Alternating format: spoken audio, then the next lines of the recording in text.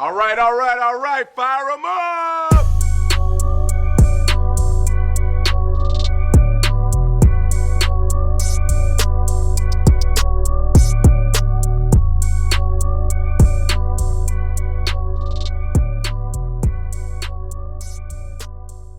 What's going on, everybody, and welcome to the Genre of Your Life podcast, your go-to podcast for all things movies, TV, entertainment, and a podcast that wishes you a very happy Valentine's Day, whether you're single, taken, or in between. Don't worry if you're alone this Valentine's Day. Don't worry, we got you with this podcast. But more importantly, the movies will always be there for you, no matter what. Mm-hmm. Preach. Yes, sir. At first, true love for many of us, at least. From experience, of course. Of course, I'm one of your hosts, Doug Jones. My two amazing co-hosts, the amazing, marvelous, incredible. It's a super, by the way. Had a birthday last week, actually. Is the amazing Mr. Nick Johnson. What's going on, Nick? Thank you. I'm doing good. 28 is an interesting year so far, but it feels good. I'm fucking with it. Happy birthday to you. No. Keep it on the man. I was going out with my wife for my birthday, and I was like, I don't want to hear no fucking happy birthday songs. I don't want none of that. Send me a text, give me a high five, get the fuck out. Give me my cake, give me a fork and a plate. That's all you wanted. That's all you. You were like this. Yeah, the candles and everything, huh? You do little. Hell yeah. You had like the birthday bib, everything, the birthday hat. That's crazy, bro. I would fight somebody if they try to do that to me for some reason. It's like, yeah. Oh, just wait until someone's birthday in a few months. Don't worry, Moses, we got you. Now we know exactly what to do. Oh no, man. Hooters. Crazy. Hooters is closed down at this point, actually. So. We'll go somewhere. We'll go Chuck E. Cheese, something that I don't know. We'll find somebody. But of course. But last but not least, it's the amazing, incredible, it's the wonderful Mr. Moses Law. What's going on, Moses?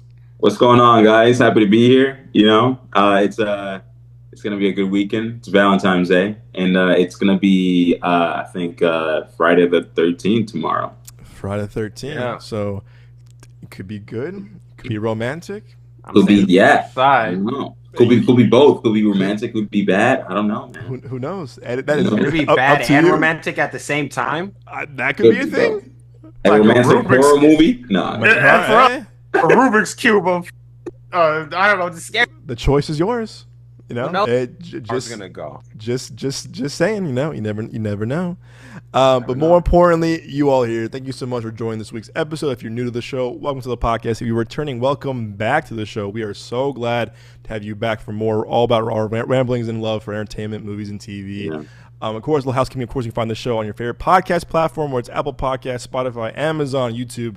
Again, our favorite podcast platform of choice. Look out for our full video show or video element of our show on our YouTube page, youtube.com/Midway Avenue Productions. Whether you're on Spotify, Apple, YouTube, don't be shy. Don't be a stranger. Spread some love with us. Leave us a comment, review, rating. We hear from you guys. Your feedback means the world to us. Please. Again, we read the comments, we read the reviews, the ratings. It really means a lot to us. Again, for Apple Podcast listeners, of course, Apple Podcasts, 200 ratings help us out a lot. And again, our YouTube goal as well. We are at like 978 still. We are so close to that 1,000, guys. That 1,000 threshold. It's so important to us. It honestly, it really does. I talk about this every week. It means a lot to us. Helps us out with more coverage for screenings and interviews and festivals. So please subscribe, rate, review, leave us a comment. Again, your feedback is essential to the show and to our community. So again, please don't be a stranger. We hear from you guys. Your feedback means the world to us. So thank you all for tuning in to our love for entertainment and movies and TV. Alrighty, folks, on this Valentine's Day themed episode, I do have to do a little quick review, of course, a bit of homework before we do our favorite rom-coms of that genre. And a pretty good, again, the stacked weekend of movies, because we have a lot of new things coming out. A lot of things are still playing in theaters right now. And this weekend, one of the releases this week, it's not Wuthering Heights, not GOAT. It is Crime 101. A lot of, what's the right word? Alternate programming, right? Well, different things are going on. I think it's alternate programming. It's called where it sounds right. I think it's alternate programming where it's like different genres, different kind of shows or movies are playing at the same time.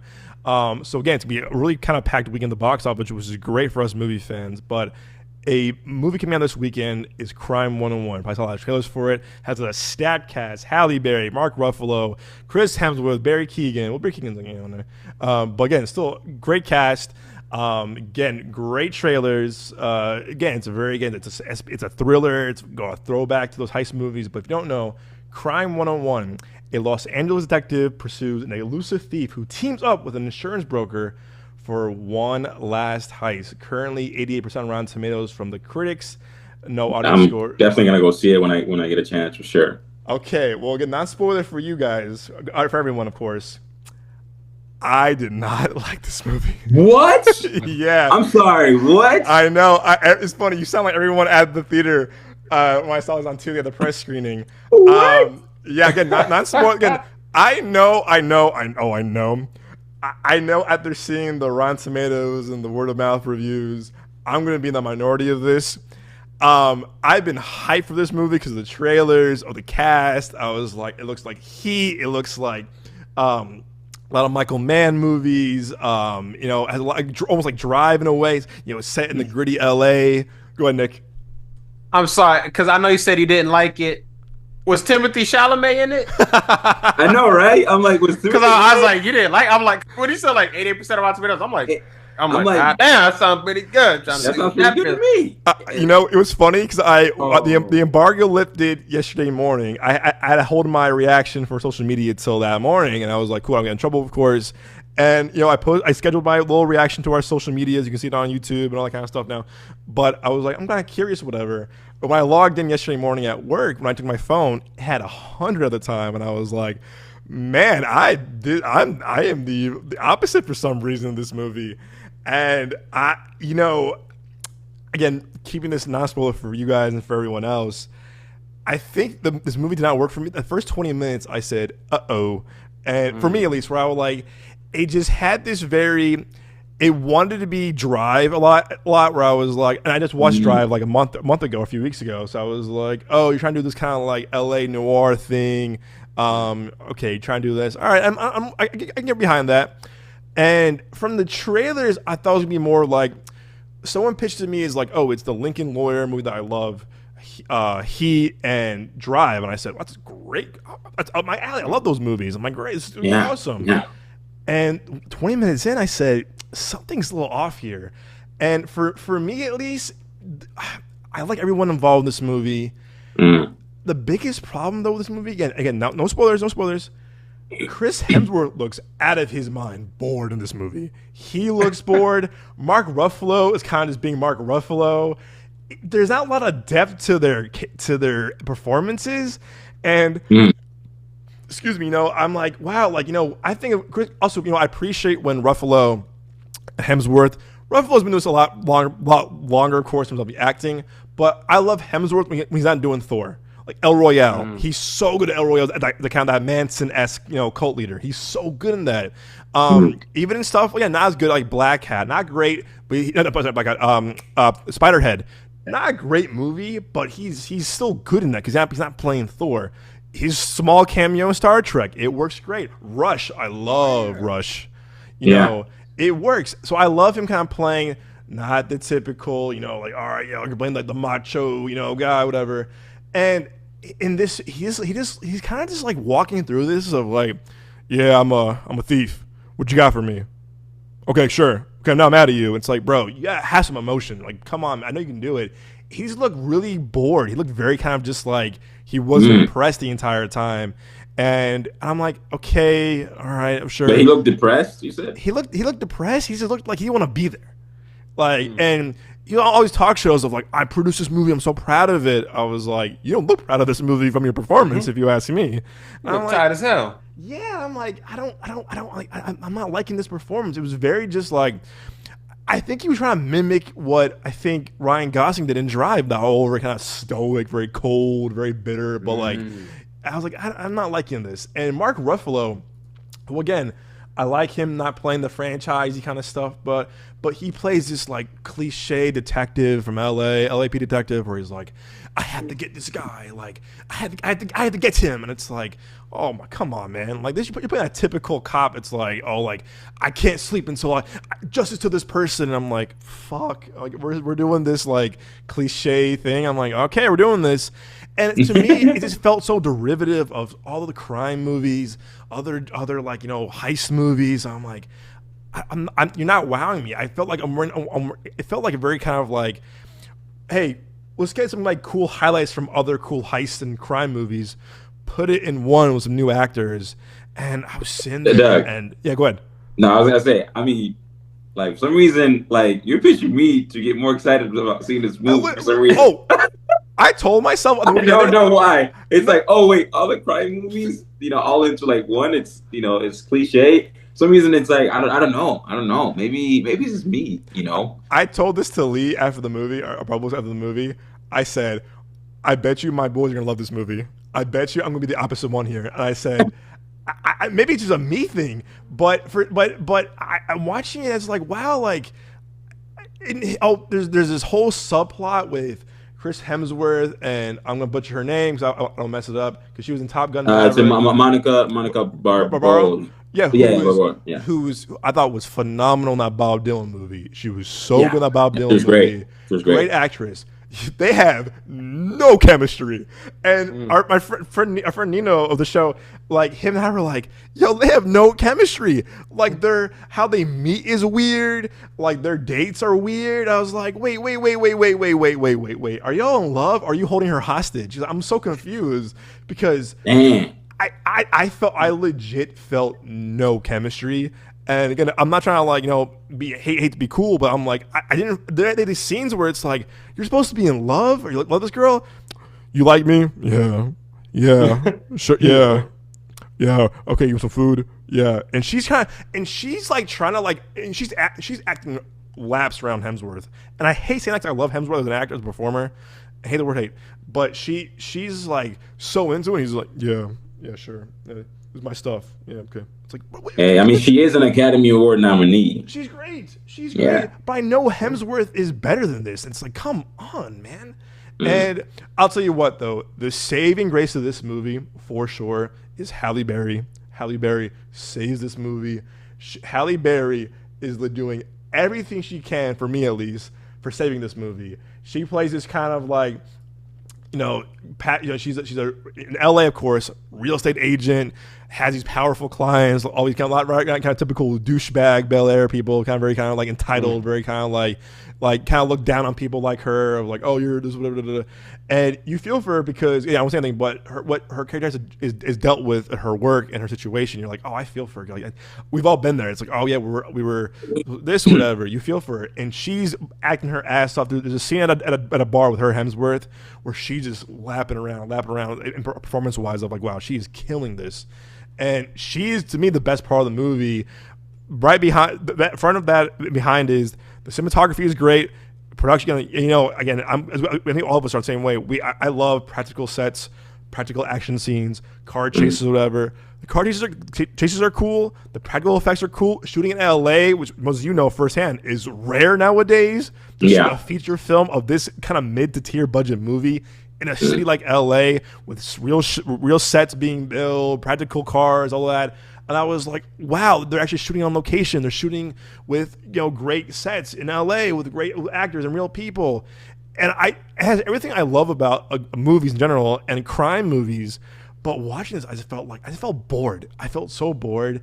It's 2.5 hours, and I hate checking my watch in movies except for an emergency. It was at 7:00, right? It was 7:20. I said, I have another hour and 10 minutes of this movie left. I said, damn it.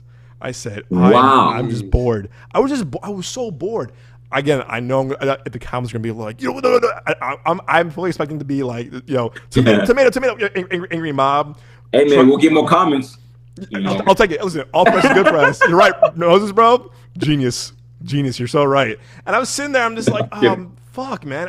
I wanted to love this movie. I love the trailers, but I just felt just bored. Oh, Barry Keoghan, I'm not a fan of either. I think he's fine in smaller roles. he's kind of weird if you ask me. But he's supposed to kind of play this like menacing, like hothead, like like I'm gonna fuck you up. I was laughing at him. I'm like, you're supposed to be menacing. You look like fucking Aaron Carter from the 2000s. Like you look like kind of like a wannabe like pop star, like washed up pop star. Like, and I was like, dude, you're like okay. And to me, I'm like, he was miscast because I was like, I never felt threatened by him. Like he's doing some robberies himself, and I'm just like, I was laughing. I'm like, boy, put your little fucking toy gun down. Like go to Dave and Buster's. Go on here. Like I never felt like, example, Jeremy Renner in The Town. I was scared of him in The Town because he's a wild card. You're just like, what is he gonna do? Like I'm terrified of him because his performance was so like scary. It was raw. It was rough, and I was like, all right. This to me, it was like, okay, you have a pretty boy who is kind of hot right now because he dated Sabrina Carpenter at one point, and now he's in kind of like weird movies, whatever. But to me, he's not a villain. He's not cast for a villain. In Saltburn, yes, because he's playing this kind of weird character. It's a very weird movie, as we all know. Yeah. But this, it's like, no, little boy, sit down. Like, go home. Take your little toy little bike and go home. Like, you don't scare me here. And his performance is like so like over the top. Like, I'm gonna get you. I'm like, sit the fuck down. Sit your ass down. Like, you're not scaring me. So, I don't know. It had a lot of things that could have gone right for me at least. And and also too, like it just felt like they had all these ideas like, hey, how about this? How about this? How about this? And it's like they should have just narrowed the focus on maybe 2 characters, I would say. Because then you add in the cops. And example 2. I'm a big fan of him. Corey Hawkins, right, who was Dr. Dre and Straight Outta Compton. He's doing his best too. And like because they play partners, him and Ruffalo. He's just like, he wants to be there. Ruffalo was like, yep, sure, yeah, okay, for sure. Like, if you told me that if Bruce Banner was high, this would be it. Cause he just kind of like so mellowed out where I was just like, okay, yeah, sure, yeah, okay, yeah, I'm a cop, okay, sure, yeah, yeah, I'm a cop. I was like, come on, man. And then there's a few cliche cop things where I was just like, saw this in this movie. So the movie just felt like it wanted to make a Michael Mann movie so badly. In my reaction, and I should have led with this. In my reaction and to our publishers, in my tweet too, I said, the biggest crime this movie it does is not being a good movie and being a massive disappointment. Because I'm telling you, this trailer had me so hyped. I loved kind of the pitch of it all. I'm a sucker for a good, gritty LA kind of crime movie. But it just had things that didn't work for me, and it just felt like a lot of the cast had no chemistry, and I just this to me could have been something like really cool. Again, if it does well, I'm happy for it because again, it's a lower mid-tier budget movie that I love seeing on the big screen. But I just kind of walked out feeling just like nothing. Where I was like, man, I walked out feeling like, wow, 2.5 hours of nothing. And wow. The more I thought about it, go ahead. Well, I was going to say, was there a scene that you did like, that you at least appreciated, that you're like, oh, that was a good scene, actually, right there. Right here. The cool scene where he picks up someone from the airport, right? And it's slow motion, and the LAX plane goes over him. It's a great scene. It's a really cool scene. There's a really cool scene. And there's a cool scene with someone on the bike for the first time with the cool Run the Jewels song playing. And I was like, okay, I like that. That was cool. Okay. It's shot real well. Dude, cinematography in this. The color grading was really cool in this because it was very Michael Mann-esque. I appreciate that. But if I want to watch a cool LA crime movie, I'll watch Drive again. I'll watch Collateral again. I'll watch Heat. It's like I've seen these movies before so many times where like again, and we grew up, all 3 of us especially grew up with movies like this, the cool 90s and 80s crime noir, film noir movies. But it just didn't work for me. Some of the dialogue was off-putting, and our friend Nina said the same thing. Some of the shots were so like there'd be a certain scene, and it would be the editing was so choppy where it wasn't fluid. It'd be like, hey, 2 people talking in one scene, like cut to 2 different people across town, different scene. I was like, wait, slow down, like let's live this moment for a little bit. So again, practicality wise, cinematography, production, and Halle Berry to me are the best parts of this movie. But guys, I'm telling you, again, you'll probably like it more than me, But I legit walked out feeling so disappointed where I was like, man, I was hyped for this movie. And I felt nothing. So I had to give Crime 101 a 4 out of 10. And that's, again, not as bad as like Mercy, of course, or other films we've seen. But I hate being disappointed in movies that I'm so hyped for. Again, this wasn't a genre. This wasn't a superhero movie or franchise movie. It's based on a book. So I was like, oh, fuck, I love a good crime thriller. And I just felt just bored. I was just like, man, I felt bored. And Chris Hemsworth says this one thing. Again, I don't want to spoil, again, in all the interviews, yo, wait for the twist. I'm still waiting. Keep waiting, bitch. Keep waiting. And I was Unfound, and he was so passionate about this movie Unfound, and I was like, I'm hyped for this movie. I was hyped even more. And I'm like, okay, here's a twist. And I was like, we ended. I was like, oh, is it over? I was like, oh, fuck. I was like, oh, okay. You said, is that it? Yeah. $7. $7. $7? Are you fucking serious? Hey. That's why I felt. So I don't know. I was really bummed by this movie. I was a big letdown. But hey, if it does well, I'm happy for it. But it's good for the theaters, of course. But I hate being disappointed by movies like this. And I can hate the word hate. But this movie had, for me at least, could have been so much better. It could have taken more, I guess, risks. It could have been more, not as derivative of other films, you know. So I know the genre very well. Where I'm just like, I know these movies. We grew up with these movies, and it just felt like. And also too, I said I love when Hemsworth does non-Thor stuff. I was like, really. Yeah. I think back to El Royale. He was so good in El Royale, and he's been in movies that weren't great. Like again, like Spiderhead, not a good movie, but he was good. He was good in Spiderhead. Like I said, Rush is a underrated movie. Like I said, he's good. Again, Cabin in the Woods, he's so good in.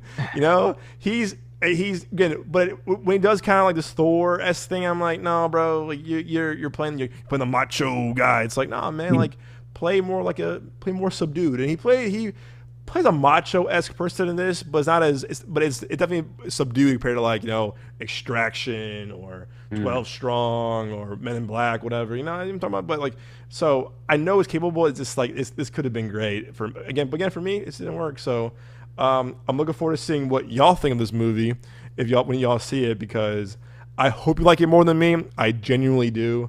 But for me, I walked out feeling just like nothing. Yeah. Nothing. I mean, there's a 10 o'clock showing, you know, today, so for IMAX. So I'm trying to see if I can maybe make that or whatever. You know? Yeah. I'm hoping you have a good time. I think both of you probably like it more than me. I just for some reason it just did not work, and I was so bummed. But yeah, that's just me. But it's funny that you say you think we'd like it, because I saw the trailer, and like, just to keep it a buck, like the trailer didn't really look that interesting to me, but I just kind of figured maybe I'm just like tired today when I'm watching it or whatever. So like I saw the trailer. What's up? No. I mean, I watched the trailer. The second trailer got me. Not the first trailer. The second trailer got me. I only saw the first one, and it was like, all right, like solid cast and everything. But then when I saw like the 88% today, I was kind of like, okay, so maybe, you know, maybe bigger. Then Doug's like, yo, this fucking trash. Right? I was like, oh wow, okay, back to square one. What's the guy's name who did Drive? Nicholas Winding Refn. That's what. Okay, I because it kind of feels like one of his movies. Okay, kind of like a Burn type. Yeah, it felt like that with like Michael Mann, and that's why I thought of you. I was like, oh, I think you might like it a bit more than me. I do like Nicholas Winding Refn's work. That's what I think. And again, our friend Isaac loved it. And it was poor Nino. Nino got. And it's funny. Now Nick had a bad experience with a fellow audience critic member. Me and Nino walking out to our cars at the movie. Our friend Nino walking on the cars, right? And Nino's so social, and he's a couple. I think one was a critic or critics plus one, whatever. He was like, so what'd y'all think? And they were like, oh, we loved it. It was phenomenal. Blah, blah, blah, blah. And Nino was like, "Oh man, I'm jealous. I thought it was bad. I didn't like it either. I didn't like it." This guy stops and looks at him. He's like, "Well, guess what? You'll be in the fucking minority of that." And we were like, "What?" Nino was like, "What?" The dude's a dick. Dude was a dick, and it was like, okay, you could have been like, oh, that's too bad, whatever. He stops and turns and tells Nino that, and Nino was like, that just happened. I was like, that just happened, and I was like, weird. it's a fucking movie, guys. It's a fucking movie. Maybe you're allowed to maybe have he an just opinion, really, you know? really, really liked the movie. Then maybe like that was just like maybe like that was his like his Man of Steel or something. I don't know. Yeah, but even then, none of us would be like, "Oh, you're fucking wrong." It's like, you No, know, we wouldn't. We'd be like, I disagree with you, but you know, it's like I see where you're coming from. I respect guess, it. And Nino was like, Yeah. "What the fuck was that?" Because me and Nino were probably only two out of us that didn't like it, but our friend Isaac Lowe did. And you know, again, like I said, there's parts that are good, but that we'll appreciate that I mentioned. But yeah, it just didn't work. So I don't know. That's Crime 101, and it's funny. This is our 99th episode. It would have been funny as hell if it came out on our 101 episode. oh my god, The irony in that would have been hilarious. But hey, that's just me. That's just me. the timing would have been insane. That would have been the stars would have been aligned for us on that one. But hey, see it for yourself. Comes out this weekend. Check it out. Speaking of things, hopefully more positive and more things that we do love. Let's talk about the genre itself of the rom-com. Again, it's Valentine's Day. We're going to be on very brand, very theme for you all. The rom-com's been around for forever. And to full transparency, I have to give credit to this idea to Nick, because Nick literally was in my apartment the other day, and Nick said, "Yo, what about Hitch? How it's a good rom-com for the guys." And I was like, "You're so right." And then ever since then, I'm like, Nick got me thinking now of like rom-coms on our rom-coms. And I feel like they're making a comeback now with Eternity and Anyone But You, but they've been around for a while. But, you know, I think more of them now go to Hulu or Disney or, Netflix, especially Netflix now. But, you know, once in a while you get a materialist is more like a drama than a rom-com. But again, Eternity, this is the whole Method Man one. That's an Amazon Prime movie, but still, though, you see what I'm talking about. People make vacations and streaming movies. So a lot of these go to streaming now. Merv, you know, a lot of these are streaming-based genre now. Last year, we saw Courting Invited last year. Like we saw it on the big screen, like through the screening, whatever. But that was an Amazon Prime movie that Nick and I both enjoyed a lot, actually, more than most people. But still, though, it seems to be like the rom-com is now a safe bet for streaming services, not as much theatrical. But then again, like I said, look at Anyone But You. Modest budget movie made almost 300 mil worldwide a couple years ago. So, you know, it's still profitable with the timing is everything, I would say, of these movies. So Moses, my friend, starting with you, because I know you're a rom-com appreciator the way we all are. Starting with you, if you have 5 or whatever you have, some of your favorite rom-coms? Favorite rom-com. Yeah, man. I love romantic comedies. I think they're great. I think they really help out, the film world, and everything when it comes down to bringing people, together at a movie theater or just watching it at home and everything. I think it's a really, really great genre that that shall not die out. Speak on it. And because everybody needs a little bit of love and also a little bit of comedy, Yeah. in their That's real. in their lives, But I kind of put together this kind of like last minute. This might not be like my exact top 5 of all, but it's just these are the ones that just came up to mind that I was able to just write down really right now. But I would say number 1 is definitely Hitch. Yeah. Oh hell yeah! There we go. I feel like that's on all 3 of our lists. I probably. How'd you know? I watched it a few times, man. I watched it a few times, man. I mean, this is a great film with Will Smith and everything. It's like the cast is also very much like stacked and it's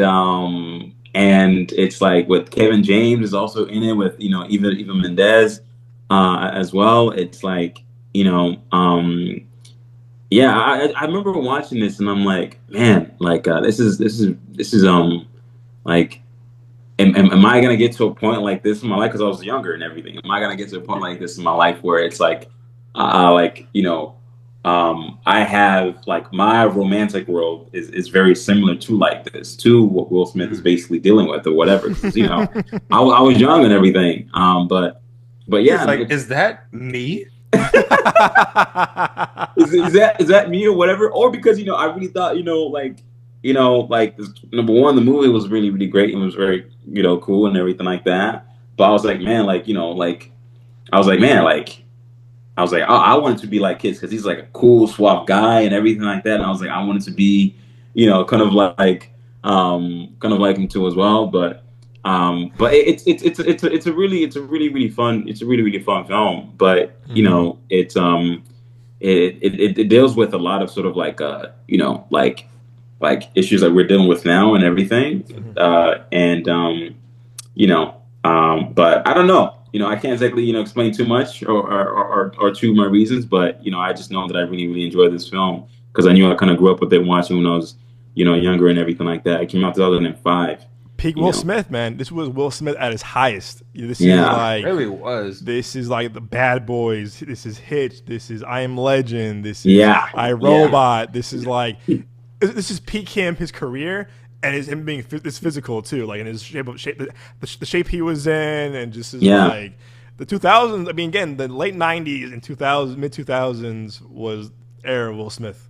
Yeah, no, it was. I mean, there was a lot of like comedic scenes, you know, with like his face, with him being allergic, you know, to his fucking face ball, you know, to his face. Like, oh yeah, that too. I was like, oh my gosh, you know, I was like, what is that? You know, to Kevin, you know, Kevin James doing like a, you know, trying to be cool, learning some like dance moves, and Will Smith is like, "Don't ever do that again." What does he say? He goes, "What's the pizza line?" He goes, "Oh, because he's like, I'm making the pizza. I'm making the pizza." He's like, "You don't need no pizza. I put it there."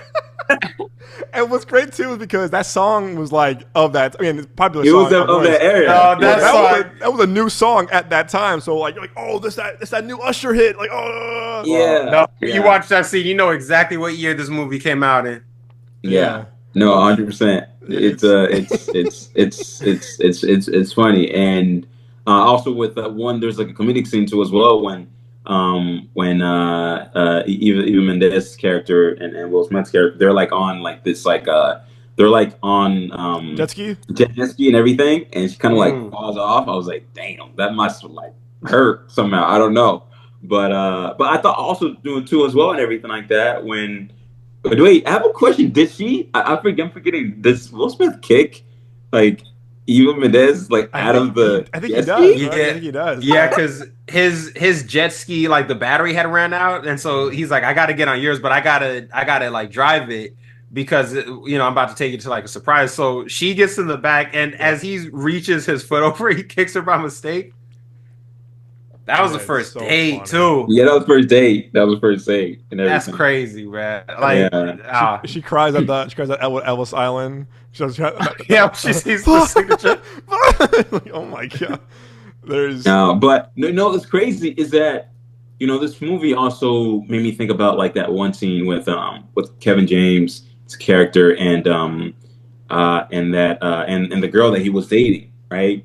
You know, the whole little. You remember like the whole little key thing where he's like where she goes up to like her once they're, you know, done going out and everything like that, and he basically, you know, makes sure that she gets home and everything, right? That whole little key thing. I remember when I was watching, I was like, is that really a thing where a girl goes up to like her apartment and she like jingles her key to like tell you if she wants you over at her, you know, place or not or whatever? I don't know. Yeah, ladies in the audience, do y'all do that for real? Is that still a thing? I don't know. Is that still a thing? You know, because I was watching, I was like, wait, is that really what people do? I'll wait. My bad. But yeah. That's, you know, that's my number one when it comes down to romantic comedy.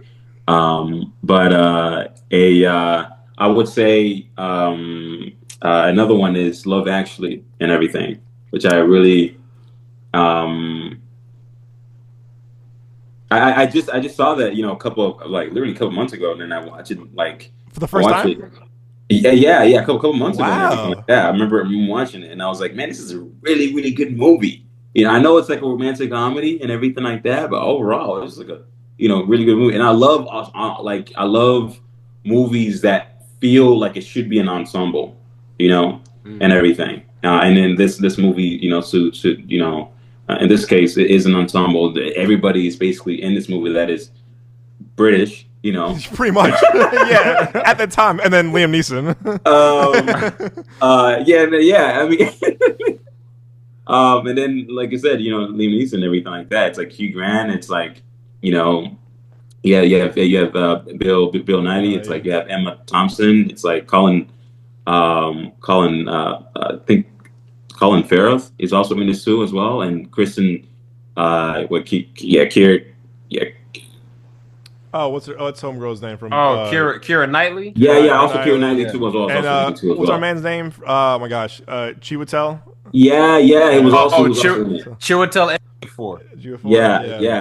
Yeah. This is where that meme kind of like started with like people like holding like signs out the door or something. Do you remember that like that one video? Oh yeah.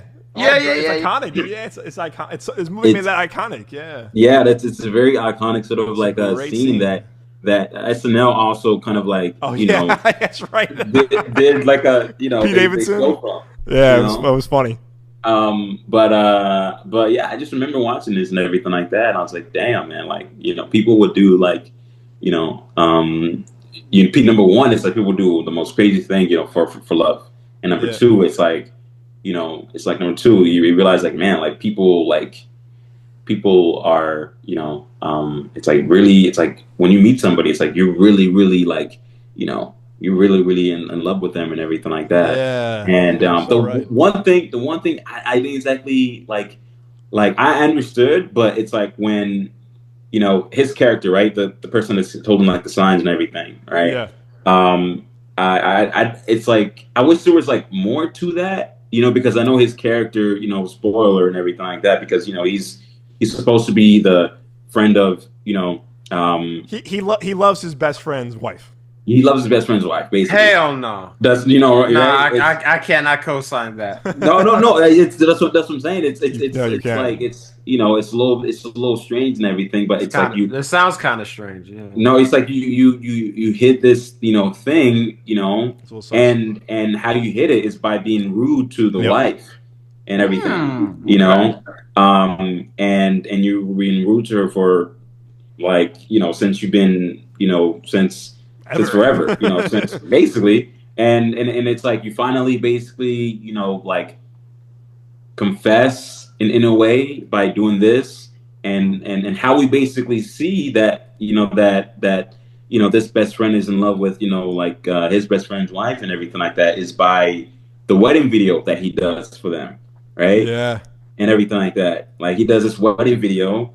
And then you have the wife and everything like that goes to his apartment by saying, "Hey, are you done with the wedding video?" And he's like, "No, I don't want to show it yet, because it's not done, blah blah blah blah blah, and I'm not exactly finished." And then she's like, "Oh, isn't it this one right here that you kind of already finished or whatever? Isn't it this tape?" It's like, "Let me check it out real quick."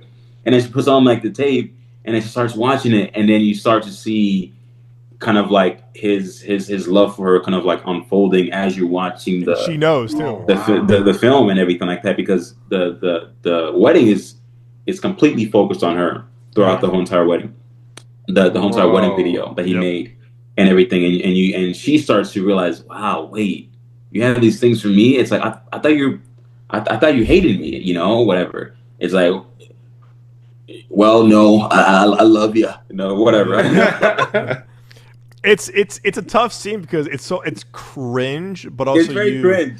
But it's all meant well, but like he can't. It's meant well, and he doesn't do anything with her or anything like that at all. You know what I mean?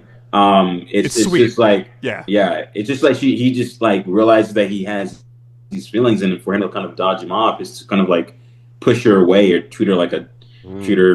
I don't know, like badly. Treat her like shit. Yeah, treat her like shit or whatever it is.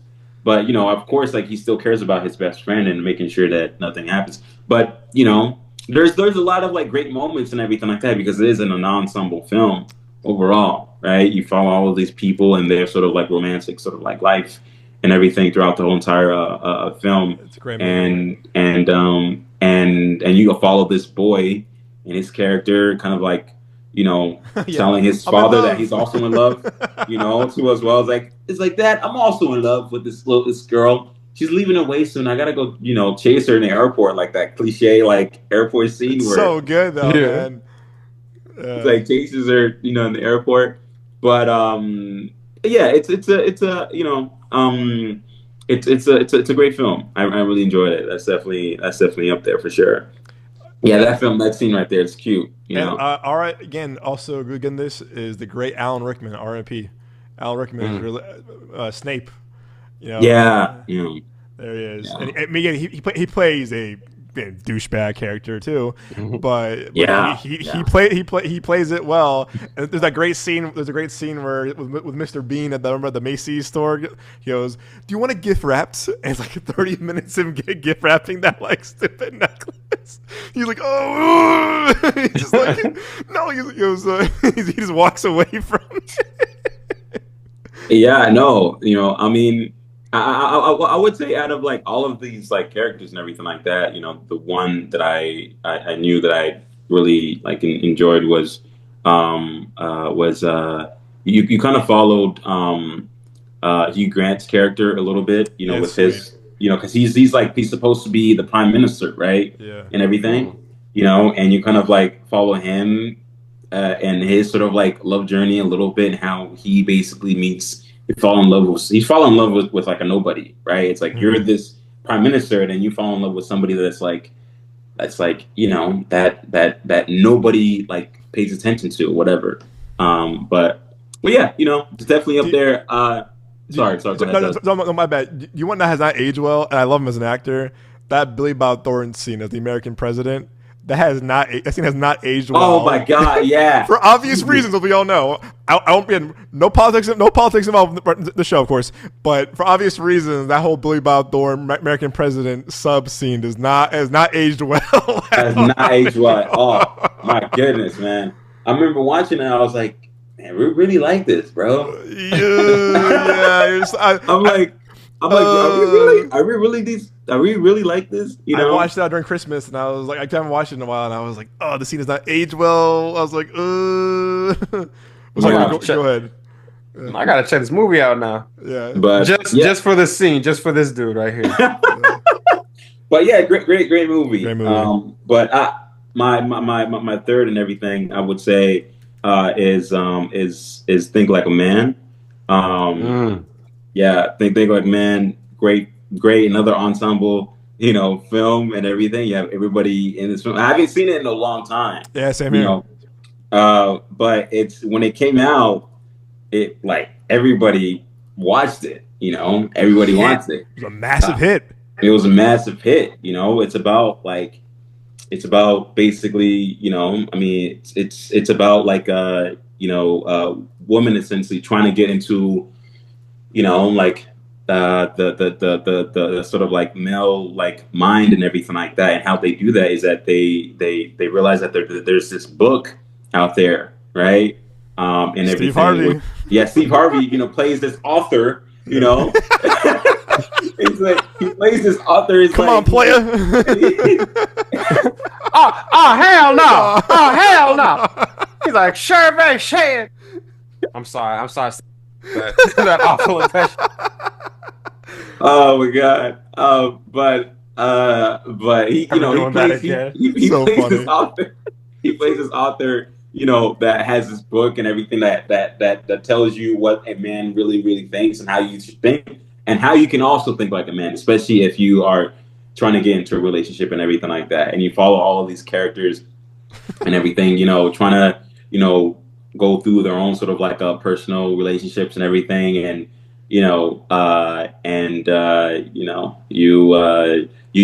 try to, I don't know. It's very interesting. I can't exactly, give a crazy sort of like detailed explanation of the film, but you just follow them into their own like, romance life. And there's a lot of like comedic moments in this film too as well. A lot, and Kevin Hart, this is this is like peak Kevin Hart, I would say. I When it comes completely down agree. to, It was, yeah. Completely Yeah. agree, bro. I completely agree. yeah, this is like peak Kevin Hart when it came down to like when he basically got into the film industry, you know, as being an actor and everything. This is where, you know, people were like, man, we love this guy. We love Kevin Hart because he's funny as hell. He's interesting, you know, and everything. And his story, you know, since it's an ensemble film, it's like his story is probably like the most, you know, funniest, you know, because he's like, okay, I'm out of, you know, like I just got my divorce, I'm out of my divorce and everything like that. Now I can like go out and like party with everybody.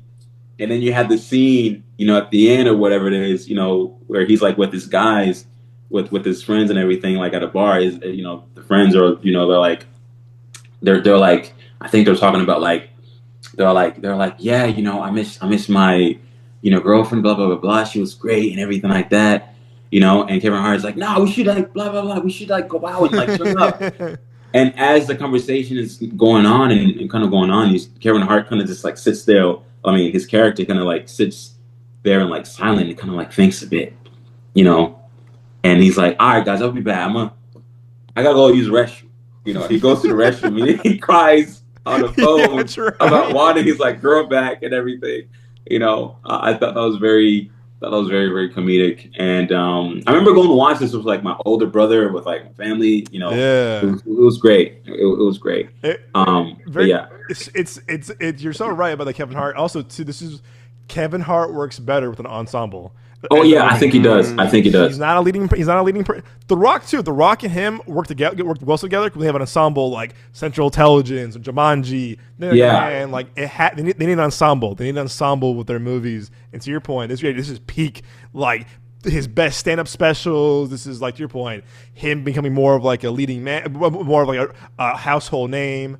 You're so right, man. That was perfectly said. And also, too, you're right. This came out in 2012. 2012, yeah. And it was just it was like when comedies were still like making money at the box office, you know? Yeah. Oh my God. Like they're making like comedies, like romantic comedies back then, like 2012 era. It's like there were a lot, and also especially if they were ensembles, right? Yeah. If they were ensembles too as well. They were making, you know, like they were making bank at the box office and everything. But they don't do that no more, I think, you know. No, so. and what's a bummer? Also they had that great song from John Legend that we were singing the other day at my apartment. Actually, that song was like everywhere. Remember that song was everywhere. I still have it on my fucking Spotify. It's good. Bro. It's great. We were in the 8th grade when that song came out, and it was just like it was a moment. It was a moment. I remember that very well. This movie was like number 1 on the box office until I think Avengers came out. So it was just like, you know. And I remember this came out very well because I remember it was like always sold out. Again, this is back in the day when, you know, before assigned seating, it was like, you know, again, sold out comedies, you know, sold out. Again, shout out to also too Will Packer, who produced this too. Will Packer, you know, very good producer when it comes to comedies and, you know, rom-coms. Yeah. You're right, but this is also an example of like things don't need a sequel because number 2 was not good. It was not good. It felt kind of rushed, I think. Yeah, it was. Yeah. It definitely was. And again, it's like the other day too, where sorry Moses. The other day, we're in my apartment the other day. We're talking about Tim's Story too. Like, you know, Tim Story, man, is a very kind of like under the radar director. Even Nick the other day was talking about how in Fantastic Four he was the first black director to do a superhero movie, really, with Fantastic Four. Yeah. Tim Story. No one be talking about that. Yeah, Tim Story. There's Will Packer right there. So it's like, hey, you know, it was a lightning in the bottle. You know, lightning in the bottle with that movie. Yeah, no, it was definitely great.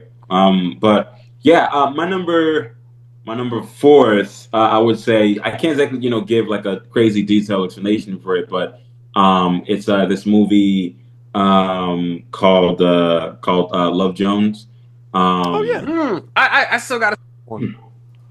Yeah, it's more of a romantic. I mean, there's like comedic moments and everything, and it kind of, you know, there are moments, you know, like there are moments where it kind of feels like, you know, it has moments where, you know, where it kind of feels like not really think like a man, but there are moments where you have group interactions and everything like that too as well. But overall, you just follow these two people who are, you know, very much, you know, like passionate towards one another. and everything as they're dealing with their own sort of like a personal careers and everything. But it's and yeah, I remember watching this and everything like that, and I was like, man, like this is over number one is a good movie, but I think number Right, two, oh, it's yeah. like it's like it fits into like the it's really really grounded. It's really really Yep. real, you know. Mhm. Because like I remember watching this movie and everything like that. I mean, thinking about it now, it's like I feel like I've been in some moments, you know, some moments in terms of like some moments in terms of like real life moments that I feel like I've kind of also like experienced in a way. Um, and I remember like the bike scene. It was very very quick shot. It's that photo right there. I remember like I remember seeing like a it was like a montage and everything like that where he's like driving his bike, and I was like, man, like bro, that is cool. I just remember seeing that. I remember just seeing that sort of like the sequence of this guy, driving like his girl on the bike and everything. Like I was like, man, like that's cool. If I get a bike or whatever it is, I want Yeah, I want to. he looked cool, and he was in Chicago at the In time. Chicago too as well. Chicago, yeah. This also filmed. It was also shot in Chicago and everything like Sure that, which was was. also There it great. is. I use it for like inspiration for like my own like for the film that I'm writing right now and everything. So I think that's the reason why it's also like in my list too as well. It's because of inspiration that I'm kind of like taking from this film, and everything. But it's great. It's a great film. Good name And too. huh? Good name too, Jones. Yeah. Yeah. Yeah, I see. No, but yeah, man. I mean, I'm forgetting her name, but Oh, Nia Long. Nia Oh, Long? Nia man. Long, bro. You Nia Long, forgot it's her like, name, bro? One of the Nia most Long? beautiful women Bro, in the I'm like- entire world. I'm like talking and everything like that. It's like I'm forgetting things. Man, you focusing on the wrong thing, player. One of the most gorgeous women to ever exist. Bro, I'm telling you, man. I watched it and I was like, dang, bro, this girl, like, wow, she really changed a lot of people. That the Leo, the Biden meme. Yeah, Nia yeah, Long is beautiful. yeah. No, she definitely, was and everything. Like, I mean, she still Oh, is. she's aged. Was? She's aged beautifully. Yeah, she still is. She still is. Let me talk. I was about to say, man. I was about to say. But great film. It really is. It really is. It really is a good film and everything. And yeah, that's definitely up there. For sure. Big pick. In my top four. But yeah. I would say like the last one. It's a foreign film, but it's this film called Chunkin Express. There's like so many. It's Chungking Express, Chungking, Chung. Oh, there it is. Gotcha. Yeah. It's this is more of like it's a romantic comedy, but this is essentially more of like a feel like it's like a feel good movie for me and everything. I just put it on and everything, and I just kind of like I've watched it like so many times. Sometimes I just put it on and I just work and everything, cool, and it's just like, and I just kind of just use it as like, noise and everything like that because I've seen it so many times. But it just it follows two cops, in Hong Kong and everything like that, kind of dealing with like their own sort of like That's cool. Sort of romantic like situations and everything like that. Both of the cops are kind of like dealing with kind of going through a breakup, essentially. There are two stories. They're basically two separate stories where you follow one cop and his story and how he's sort of like dealing with his sort of like a breakup and meeting somebody new and everything, and then you follow another story and it's another cop and how he's also dealing with the breakup and how he's meeting somebody that's also new and very much fresh and everything. And yeah, man, it's just a sweet little like a sweet little film, yeah, I can't exactly, give like a crazy like detailed explanation, but I just know that I enjoys this film a lot, and I'm also, Yeah. like I said, I use it for inspiration as well for, for my own sort of like creativity for whenever I write. So, but yeah, yeah, Wong Kar-wai is the director of this film and Chungking everything. Express. And yeah, we worked with Natalie Portman and everything on another film, but yeah, I yeah. am actually watch this now, my man. It's on HBO. Say less. Yes, an Oh, hell HBO. yeah. Dude, Yeah. I love hearing new movies to watch. Add to my never ending watch list. Bro, that's me, man. I gotta, Don't be like that. yeah. I'm trying to, man. It's tough. Yeah. Like, oh wait, watch this. I'm like, oh wait, this thing coming out. Oh damn it. So I've had movies on my list for years, man. I ain't Bro. never getting to them. I know, right? You preach, Neither. preach. But yeah, if you know Tony Leung, he's also in this film. That's who I. Okay, Yeah. gotcha. Yeah. yeah. He good actor. plays one of the cop and everything. In this Oh, film. okay. In the like, where do I know this man Shang-Chi, from? right? Yeah, he played. Yeah, he was in Shang-Chi. Wen Wu, right? Yeah. Yeah. Yeah. Okay. But yeah, yeah, I remember first watching it and I didn't really expect anything like from it. And I just Yeah, remember sure. like sitting there and just like really, really kind of just enjoying, these sort of like the interconnected sort of stories. Yeah, and I think if you basically talk to like any filmmaker or any like crazy film nerd that's like very interested in like any international films or whatever, it's like they will tell you they know Chungking Express. And I also remember seeing like a Quentin Tarantino video where Really? Quentin Tarantino loves this movie. He like loves this movie.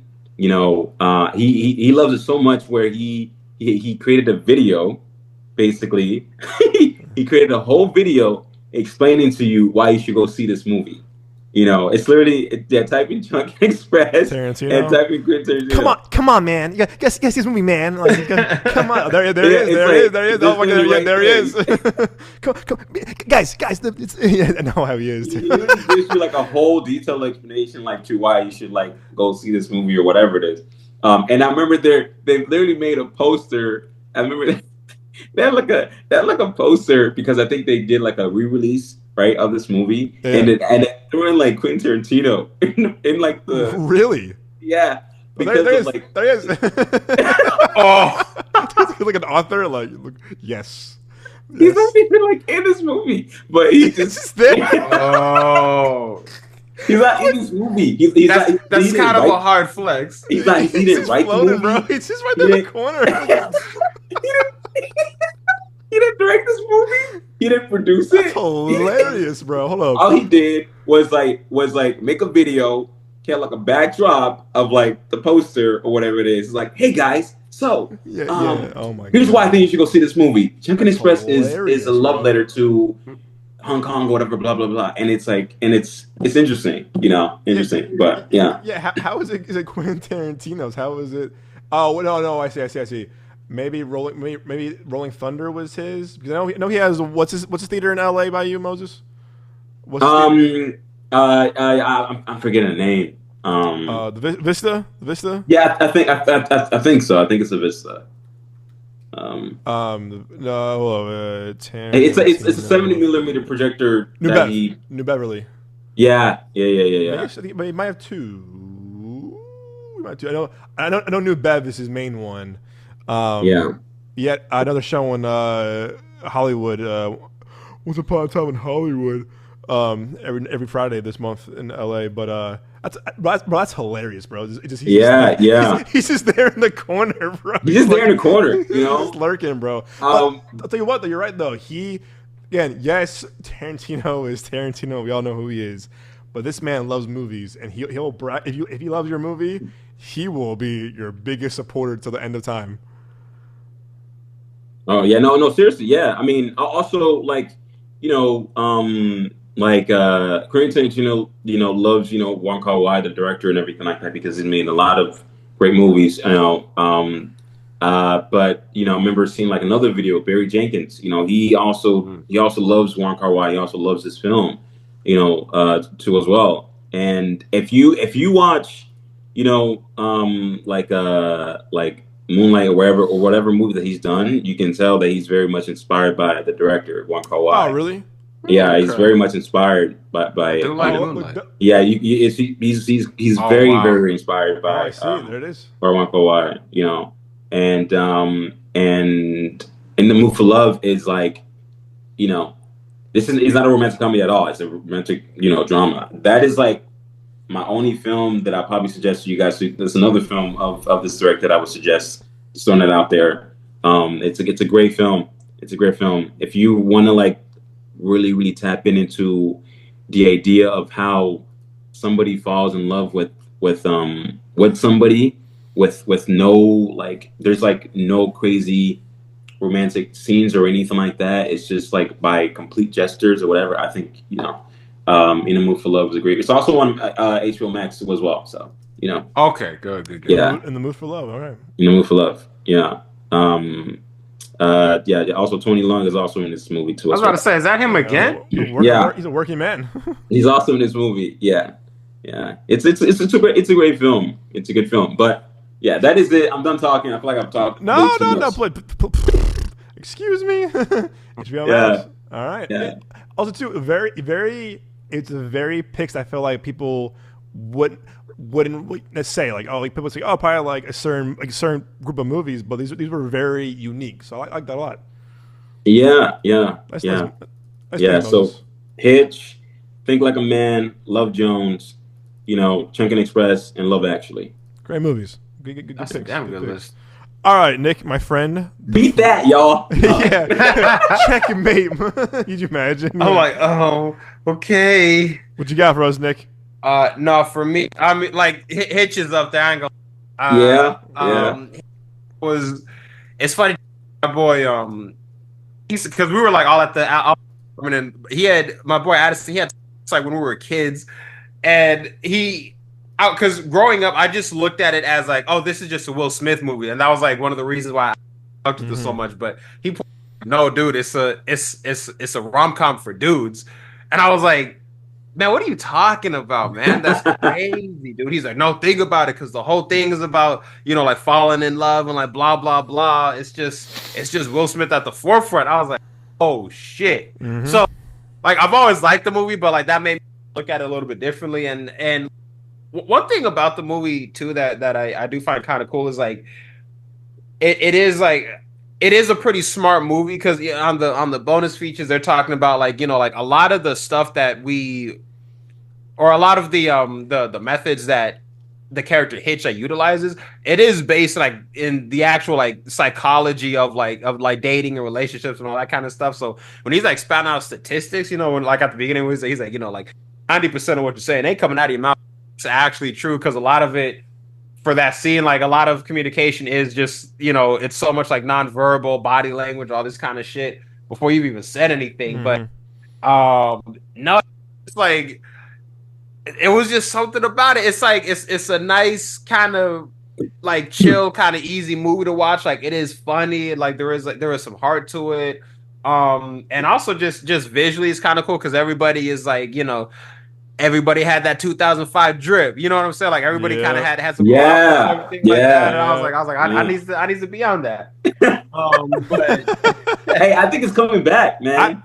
I think so too. And I think so. You know what it is too, guys? This movie again, it's just that it also is that this was part of a pre-social media era too. Yeah, It's like when we were kids, we were like, oh, we want to be cool as this dude, or like be like have that kind of charisma. But again, little do we know that like 20 years later, it's how different the landscape is of dating. Yeah, because even Doug, scroll down a little bit, because we're talking about, first off, that one right there with the glasses on. Because it's great. Bam, that's a clean fit. Now scroll down some more. Clean fit, yeah. Look at that. That's clean right there, bro. and then go down a little bit more. Keep going, because it's gonna be on like the same kind of like side.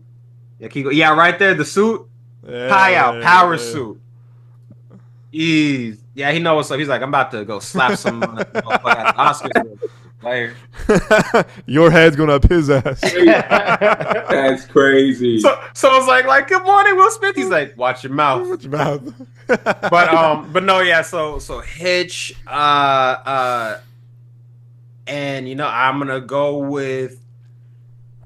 This was kind of like a two-parter. I gotta go with Best Man / Best Man Holiday. I love Best Man Holiday because I think I saw them like out of order because I definitely saw Best Man Holiday in theaters, and I think like sometime after that I saw like the original Best Man. Like first off, the movies is just funny.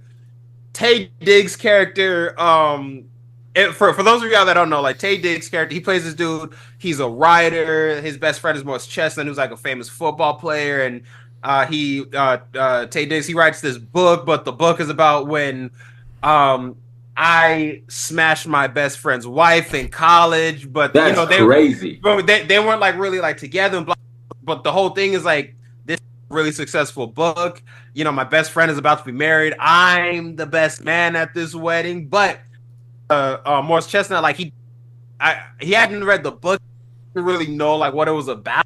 So like he didn't know that dude had relations with his woman back in the day.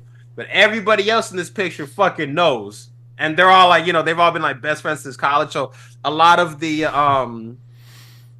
comedy comes from that, and it deals a lot with like just like yes, I kind of had this thing in my past. Does this really define me? Does this thing from 20 years ago, is it really going to fuck up like our relationship? There's all these like nuances in relationships and stuff like that. And, another Nia Long movie. Mm-hmm. My only regret was too young for Nia Long. But, I'm teasing. I love my wife. But no, and then like Best Man Holiday, it was a sequel. It takes place during, this is low key what they should have done with the thing like a man movies. You have the movie and then you have the sequel like fucking like 15-20 later where it's Legacy, like the characters get to breathe, and it's like we get to catch up with everybody. And this one it was during Christmas. So if you like holiday movies, hell yeah. This movie though, like I saw this movie like the first 2 times I saw Best Man Holiday, I fucking cried. And so I don't know sad, if it was bro. I don't know if it's because of like everything that happens, or if it's like the holiday thing, or if it's like a combination of both. But like I think the most recent time I watched it, which was like years later, I didn't actually cry. So I was pretty proud of myself for that. I feel like I've gotten stronger over the years. Number 3, I gotta go with the wedding scene. Yeah. It's most because this is like one of the first Adam Sandler movies I'd seen. I had this movie on VHS when I was a kid. This movie was funny as hell, bro. Like I could sing like all of the songs by heart. It was just funny, and like it introduced me to like the Adam Sandler humor where it's like a character might just kind of look weird and then like they exist in this world, or it's like they just kind of have like this really crazy fucking like character quirk. But it is also just like a really sweet story because it's the 1980s.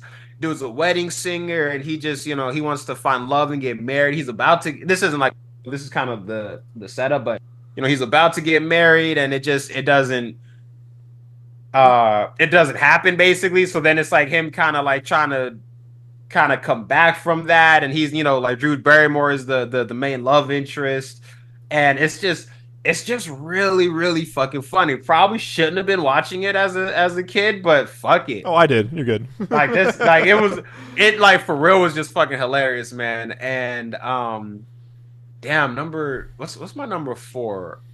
Okay, yeah. So number 4, and this is all just kind of like off the top of my head, like in no necessarily particular order, but the 40-Year-Old Virgin. I thought this movie was hilarious. I think I saw the movie with my wife for the first time when we were like just dating, and I thought it was just gonna be some like late night raunchy comedy, which it 100% was. It was like raunchy comedy, like the type of humor where they don't act, but as like fun and as like raunchy as it is, it's like that's just that's the plot. But like the story itself, without getting too much into it, is like why he's a virgin is just kind of like, it's like he has trouble kind of like connecting with people in such a way. So it's like as a person now, I'm secure in myself. I don't need to say this.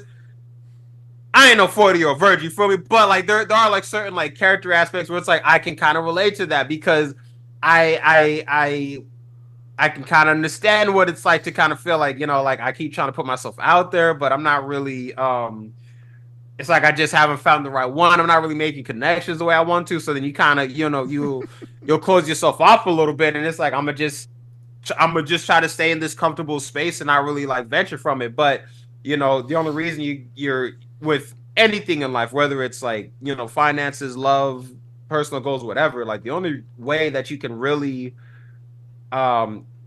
get that kind of like that what you want, like whatever it is you have to step outside of your comfort zone. So that's where this character Steve Carell, that's where he kind of goes. But it is also like it's just funny. That's where like a lot of the humor comes from. But it's like it's a very sweet story, and like I do the thing that I love is like you can watch it for all the comedy shit, but you could also watch it for the deeper story about it, which it really is. It's just a man that wants to find connection.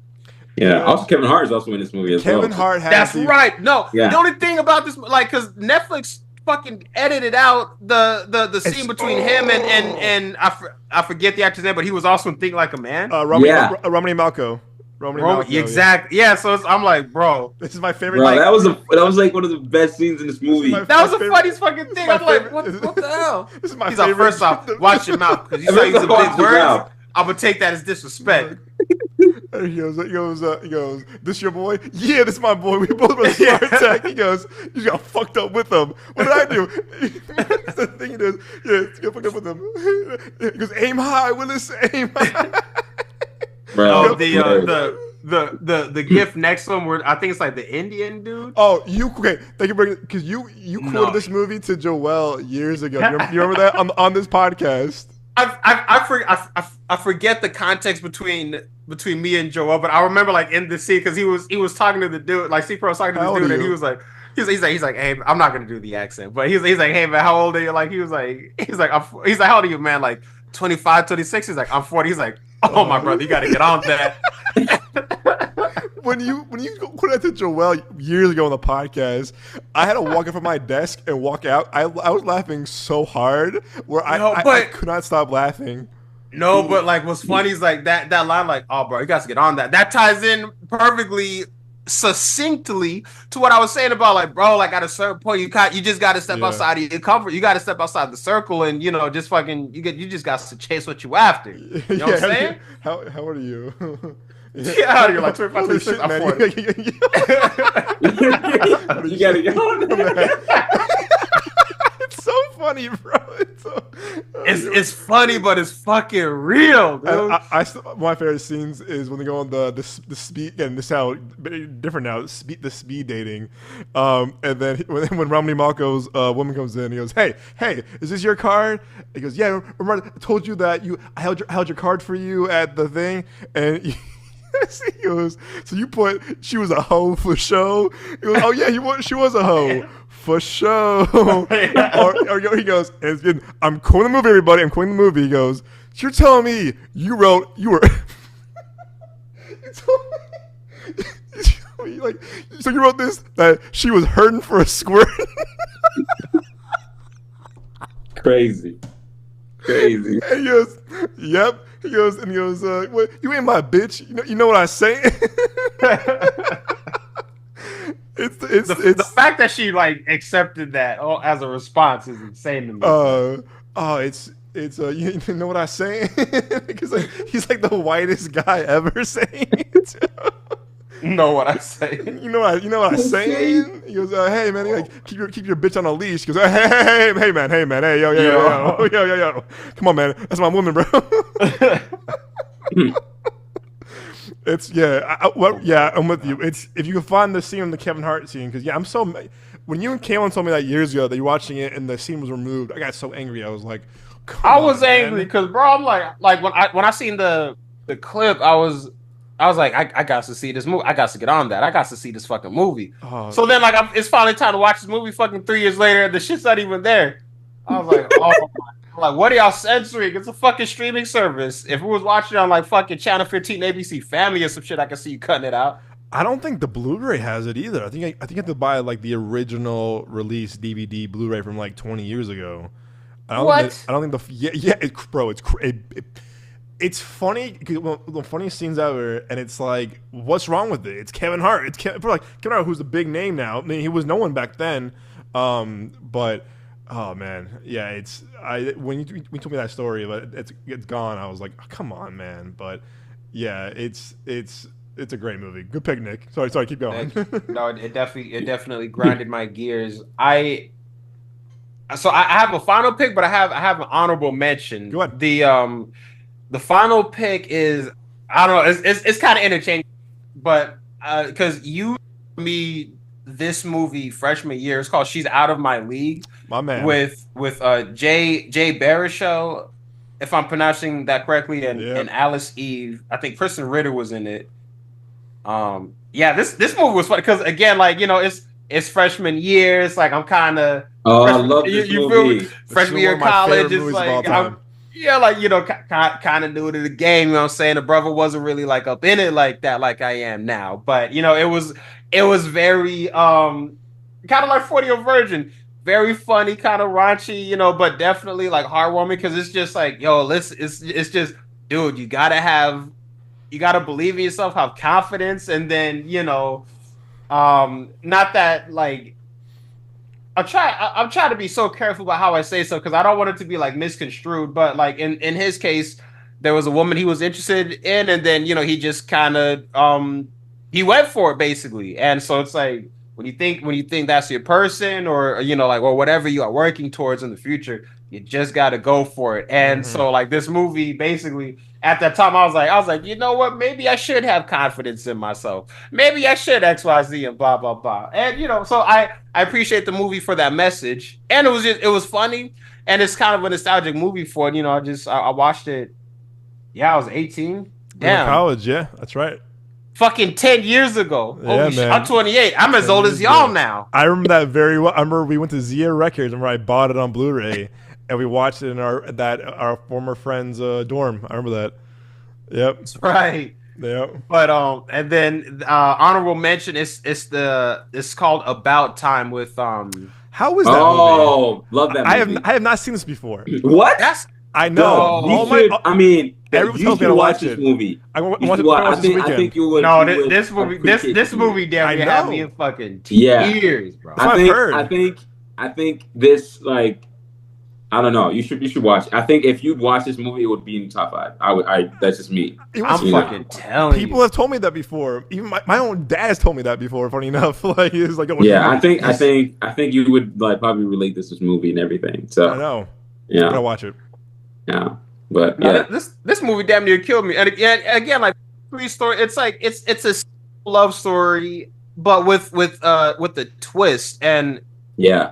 It's like because I didn't see the trailers when I saw the movie. I only ever like saw the poster. So then years later, years later, freshman year again, college. Like, I'm kind of like, yo, this is how this movie's going. But it was cool. I liked it a lot. I don't know if I should like say the whole like time part. Do you know like what the? I know that he's a time traveler, right? It's like He's basically all the guys, like all the men in his family, like they're able to kind of like go back in time. He uses that to kind of help him with the relationship that he's in with Rachel McAdams. But again, it's a very like lovely story. It's very sweet, and you kind of there was one scene where I'm not gonna spoil it, but it was like a specific day like between the two of them, and it kind of just it was like a lot of shit kind of went wrong, but after all of that, like, you know, everybody was still having a good time. But he turned to like Rachel McAdams, and he's like, because she doesn't know that he can like do this, that he could time travel basically. And he had asked like, hey, if you could kind of like, you know, like go back and like improve this day, or like make it better, like stop the shit from going on, like would you? Because for him, it's like Yeah. I do just want to like make this day like perfect for you. But she literally was just she's so in love with them. She's so just like grateful and happy for the day. She's like, no, I wouldn't change anything about it. And that might be like one of my favorite moments of the movie because I felt like it really to me like when you're just it's fucking it's Valentine Day. You know, we're talking about rom-coms like a relationship and like you're a person. No matter how much you try, like at some you're gonna try every single day to make it perfect.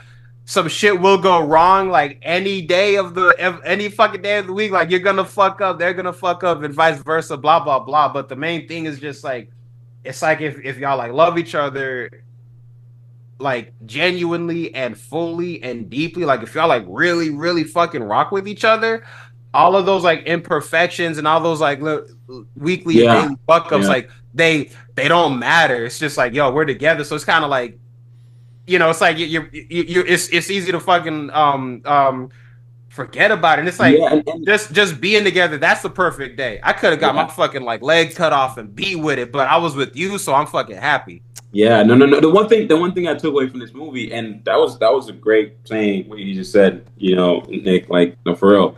But the one thing I also took away is that, you know, is also like don't like not being afraid to like make a mistake, you know, like you don't need like, I mean, it's about him always going back in time to improve on certain moments of his life, but also it's also like letting you know, it's like maybe what the theme for me that I took away is like, you know, is it's okay to make mistakes in a relationship. You don't always have to think about a time travel, try to go back to fix that certain mistake. You can learn from it as you move on, you know, in your relationship or whatever it is in time, you know, no pun intended. No, but got him.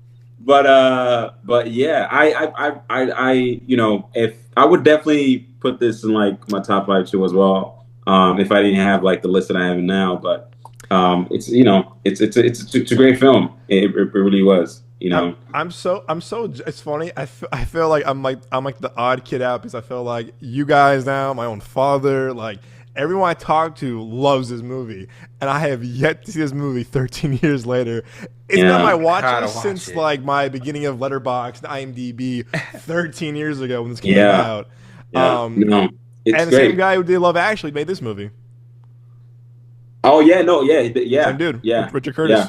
Yeah. I mean, like this was. I remember watching this movie, you know, and I was like, man, like, okay, I'm not afraid, you know, like of if I ever get to this point of my life where like, where I get married and everything like that. Yeah. I remember watching this movie. I'm like, you know, I was excited. A part of me was excited to get to this moment in my life and everything like that, where I am married and everything, and I have somebody. So not to get super sentimental or whatever. Oh, that's sweet. But yeah, man. It's you know, the theme is just about appreciating the what you have there in front of you, you know, and everything. And is that Vanessa? I was about to say, is that the fucking Invisible Woman? I think it's one of her first roles. I think it was her. Yeah, I've seen the movie, but I think this was one of her first roles. Also, one of Margot Robbie's first big roles too. Oh, Margot Robbie! I do remember her popping up in this movie. You know, hey, real talk, real quick, Moses. While you were like breaking that down, like right before you said, "Is that Vanessa Kirby?" Like as you like breaking, you know, like it's just important to like focus on this. Literally, it was like a slow zoom in on you. It was perfect timing. Time. Oh. Time. But great movie. All right, I gotta watch it. I'm gonna watch it this weekend. I'm gonna pour myself a little drink. I'm gonna sit down and watch it because I feel like whenever I try to watch it on a streaming service, it's one of those movies that gets pulled away so fast. It's on Netflix for a week, on HBO for a week, it's on Peacock for a week, and gets pulled. It always bounces around.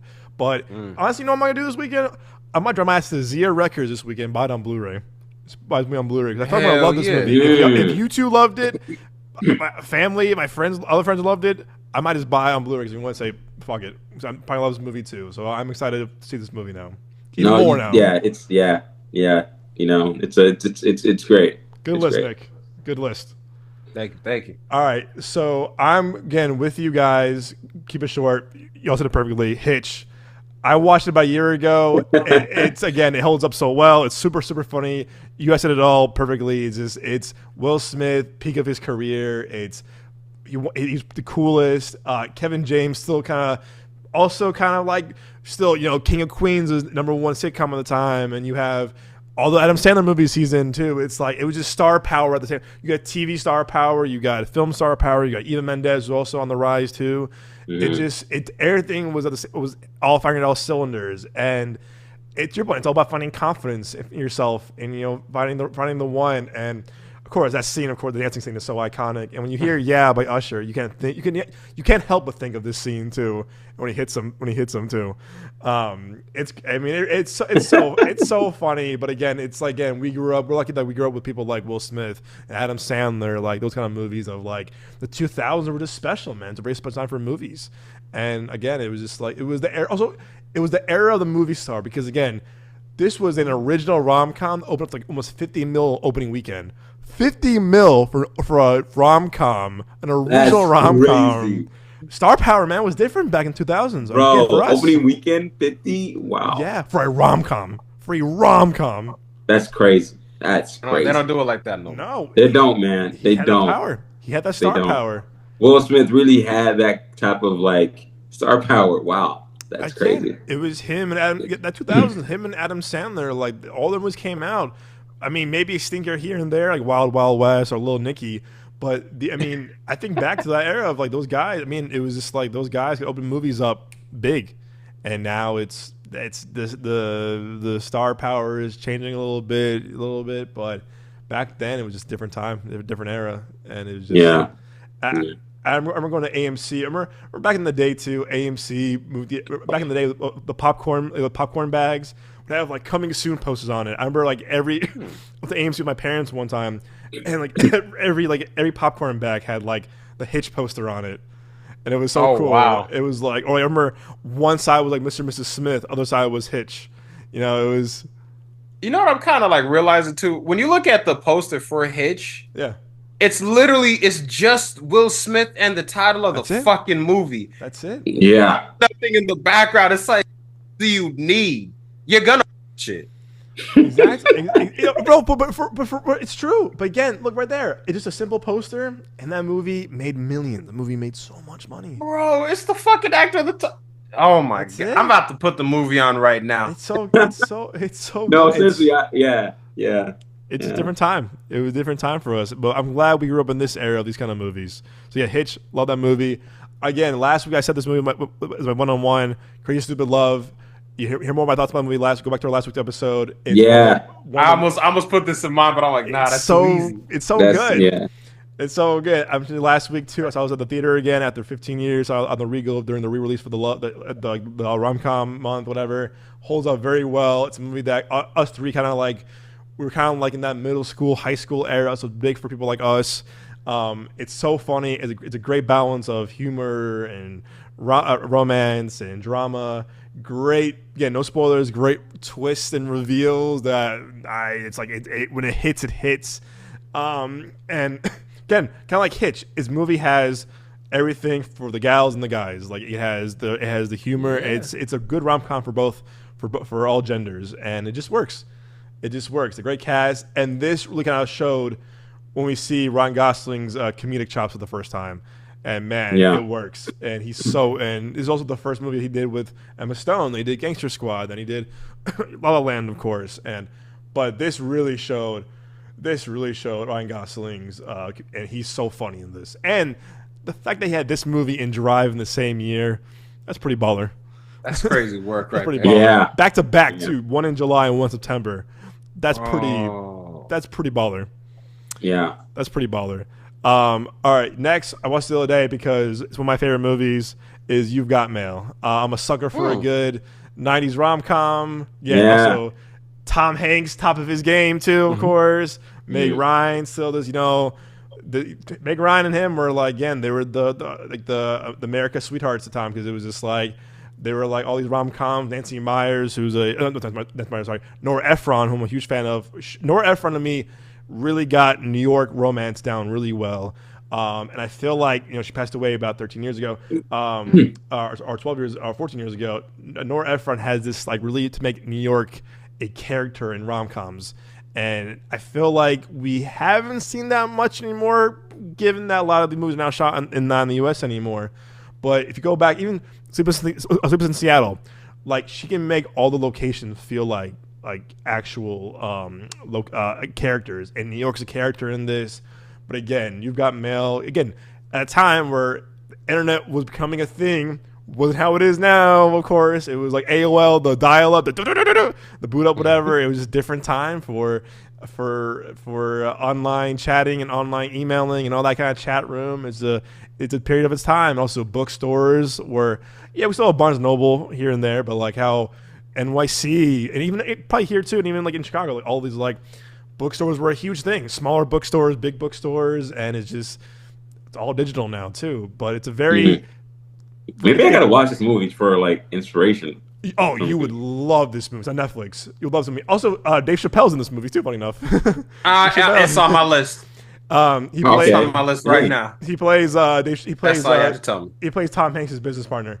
Okay, I'm watching this movie. I'm fucking with it. It's a feel good movie. It's super short, but it's 90s. It's 90s, but I'll put this on.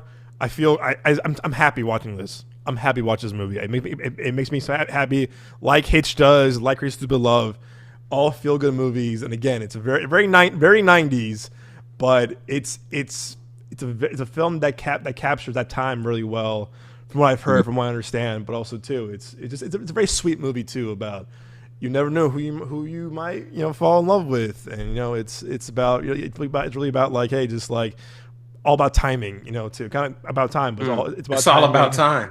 It's all about time, but it's a very, very sweet movie. You guys, I think, definitely enjoy this movie.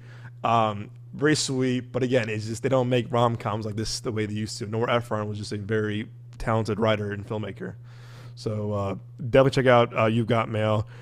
Again, Nick said it pretty well too. She's Out of My League is one of my favorite movies of all time. I love this movie. I watched it the other day. I love this movie. I can quote this movie religiously, unfortunately. And you know this movie. You guys know this movie.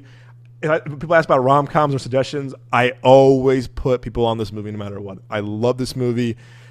If I ever redo my top 10 of movies of all time, this might be in the 10th spot, because I can watch it over and over and over and over again. Never get bored with this movie. I love this movie so much. It's all about confidence, believing in yourself, and as guys, we've all been there. We've all been there. It's super relatable. For a 2010 like rated R comedy, it's raunchy to a degree, but it has more heart than a lot of other kind of like rated R comedies. I feel like, they all did, but like this movie has a lot of heart and balances the heart and the raunchiness very, very well. There's a scene where they're making out, and then he gets a little too excited, and something happens in his pants, and then like the dog comes over, and then the parents come in. It's like, oh, but like it's nothing too crude, whatever, too. But like, and again, it's also too is that like she likes him for him, like he's not trying to impress her or whatever. I mean, again, very 2010. Before we did our podcast today, we had a little bit of our own kind of like thesis on dating nowadays. Mark just come before this, but it's a very sweet movie. It's very funny. It's, again, you watch it with the guys, you watch it with the gals. It's very relatable in very different ways. And it's funny. Young TJ Miller, but it's one of those movies that they can all relate to, and it's just fun. It's sweet, and it's feel good, and a lot of funny moments too. Like Lizzie Kaplan, the other girl's name. I'm always blanking her name. Not Kristen Ritter. No, Lindsay Sloan. It's she goes because in the trailer, like they're like, yeah, hop in the pool. He goes, wear underwear. She goes, yeah, it'd be cool, but I'm not wearing any, and they're like, what the hell? And then Lindsay Sloan comes in, and same thing. She's like, I'm not wearing any underwear. Everyone's like stops eating their food. they're like, no, we're good. It's funny. Kristen Ritter's good in this movie too. I don't know. It's like you have your boys. It's super relatable, but it's an hour and 30, and it just feel good, and it puts a smile on my face whenever I watch it. If I'm feeling down, I'm feeling kind of like upset about things, I put this on and it cheers me up instantly. Like I love this movie so much. So you haven't seen it, it's super underrated. It came out, I mean, no one saw it when it came out, but like I hope more people discover it as years goes on. It's really funny. It's really funny, and it's real too. It's real, and it has a lot of heart. So definitely watch Out of My League. It's one of my all-time favorite movies. It's so the one thing that that I really appreciate about like the early like 2000 movies and everything like that. What year did this come out again? 2010. 2010. Yeah, it was 2000s. Is that they had this warm color tone to it. It's like it really it's like really vibrant. It's really like just warm. It kind of just brings you into the movie and everything. I know it's like a very like it's like a funny rom-com and everything like that, but there's like so much like warmth. Remember watching it like that when especially like the color grading and everything. It's just from that shot. If you go up a little bit, scroll up a little bit more. Right there, just one of that shot. It's like very warm and everything. We don't see them these days. Yeah, we don't. No, we don't. we don't. Like if you do this, they will hunt you down. They will crucify you, bro. Exactly. It's like there's no warmth anymore when it comes down to a lot of like romantic comedies. But I really enjoyed this movie too. As well, like I said, it's also sort of relatable and everything. Look at the shot. Look at the shot of Pittsburgh. Look at that shot, bro. Look at that shot. That's a killer shot right there. Like what? You can't get that shot in like a romantic comedy now. They would shoot Pittsburgh and we're in Toronto. We'll be in Quebec. We'll be in Prague. It's like, oh man. Yeah, it's like they don't want to shoot romantic comedies like this. Yeah, like what? Yeah. Right. But yeah, great film. I love this movie. This is one of my all-time favorite movies. I think about this movie. 20 mil too, which is again, it was back in the day. It was cheap. It was more profitable too. It's so funny. One of my favorite scenes is when they go to the Pirates game, and the Penguins game, and like him and TJ Miller he goes, all right, I'll buy first drinks. And he's like $20. He goes 4 beers, and the bartender goes 3 beers. Gives him a look again. 2 beers. He just snags a $20 bill. He goes, damn, that was all my money.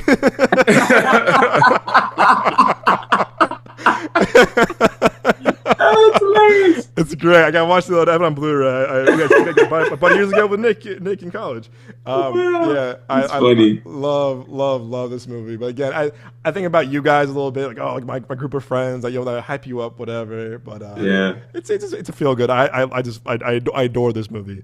All right, and then I will end with this. Also going to be an Adam Sandler movie. I'm gonna go with 50 First Dates. That was almost on my fucking list. It's a one that and Just Go With It. Just Go With It is so funny too. I love Just Go With It. And again, like I said, Will Smith, Adam Sandler, there were certain actors that could be. And then this movie also opened to like 50 mil opening weekend too. And this was in 2000s where like this an original rom-com had all this marketing support, all this just the belief in the studio system. Like audience would show up. The movie star era was very special to people like us 90s kids, where it was like they will show up. And this movie, again, to your point, Moses, it's so shot. Again, this is the thing about Sandler movies. Again, for the most part, they all look so well, all on location, Hawaii, certain place, whatever. All those movies, he spends the budget on location too. And it's a movie that's big. This movie went triple platinum in the Jones family household. We love this movie. Great soundtrack too. It's super platinum. It's super relatable. It's so sweet because the premise is that like she has this really rare brain short-term memory. Where it's like short-term memory that every day is the same day for her over and over again, and he has to fall in love with her he has to get her to fall in love with him every day. And it's like how he goes out of his way to like do it, and he loves her, and it's very sweet. It's a very sweet movie. It's very goofy. And the raunchy humor is there at times too, but with Sean Astin doing steroids with the lisp. It's like yeah, I'm not steroids. The way he does everything is so funny. And there's a scene where they're with Dan Aykroyd, and he whispers, and he goes, "Yeah, wait, how old are you? You're still having wet dreams." I don't know. It's movies works, and it's funny, and it's sweet, and it has a lot of heart. And again, that's why I think, a lot of the Sandler rom-coms, the Will Smith rom-coms, that like it had heart. Those movies had heart, and they really meant well. And again, a lot of movies had like great premises too. Like it lure you in. Okay, Will Smith is a matchmaker. Boom, huge budget. Okay, Drew Barrymore and Adam Sandler at their wedding singer, which was a big hit in the '90s. Okay, cool. He has to follow. She has amnesia. She has a short-term memory loss every day. Boom, done. It's like these movies have these premises off of the star power that just worked. And I this movie's, again, the great soundtrack, the Hawaii backdrop works really well. This is a very sweet movie, and you feel for her because it's like, no matter whatever happens, she won't remember him the next day and then again, the movie, the tape and everything. It's very sweet.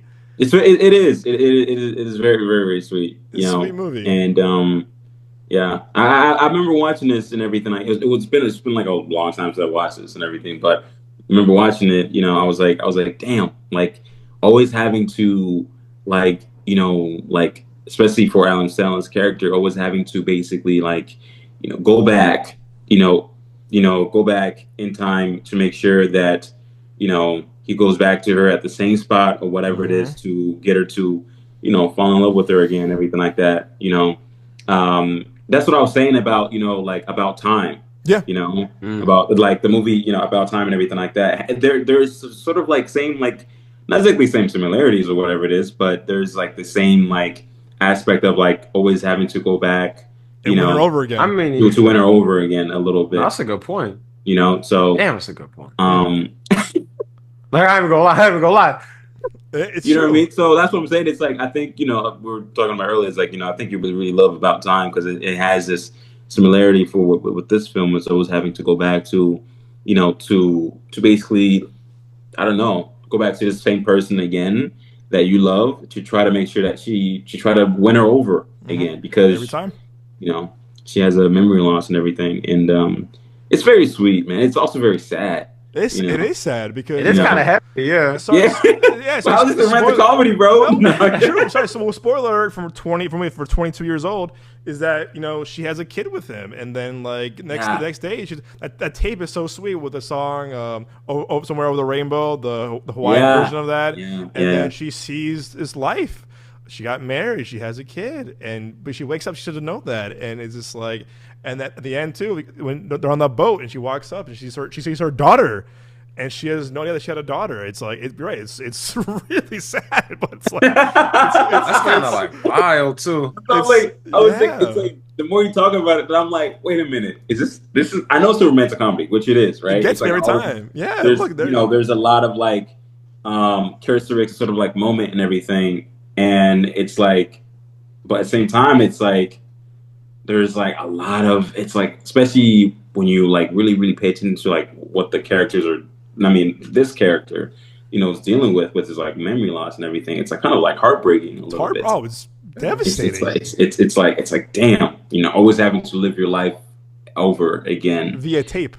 Because of, like the memory that you can't contain, or whatever it is. So, it's